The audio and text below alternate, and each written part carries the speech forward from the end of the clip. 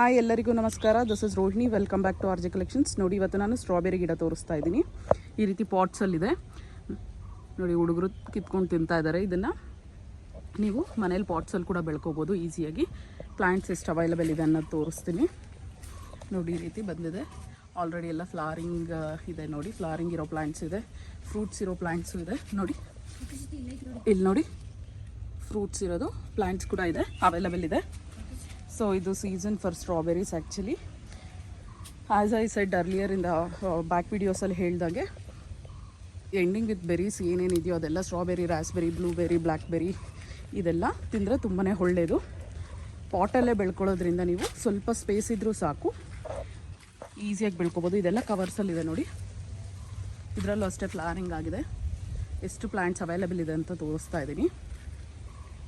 ಖಂಡಿತ ಯಾರಾದರೂ ಬೈ ಮಾಡಬೇಕು ಅಂದ್ಕೊಂಡಿದ್ರೆ ವಿಸಿಟ್ ತೇಜ ನರ್ಸರಿ.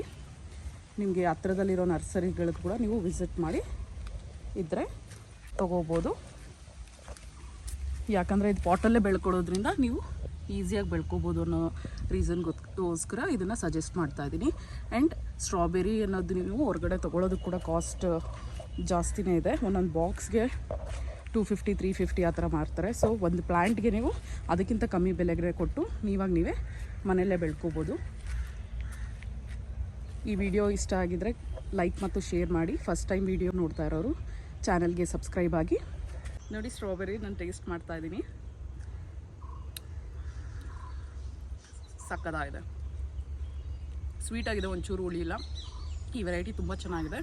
ಇದನ್ನು ಏನಾದರೂ ವೆರೈಟಿ ಪರ್ಟಿಕ್ಯುಲರಾಗಿ ಹೆಸರೇನಾದರೂ ಇದ್ದರೆ ಅದನ್ನು ಕೂಡ ನಮ್ಮ ತಂದೆಯವ್ರನ್ನ ಕೇಳಿ ಹೆಸರು ಮೆನ್ಷನ್ ಮಾಡ್ತೀನಿ. ಆ್ಯಂಡ್ ಪ್ರೈಸ್ ಕೂಡ ನಾನು ಸ್ಕ್ರೀನ್ ಮೇಲೆ ಮೆನ್ಷನ್ ಮಾಡ್ತೀನಿ.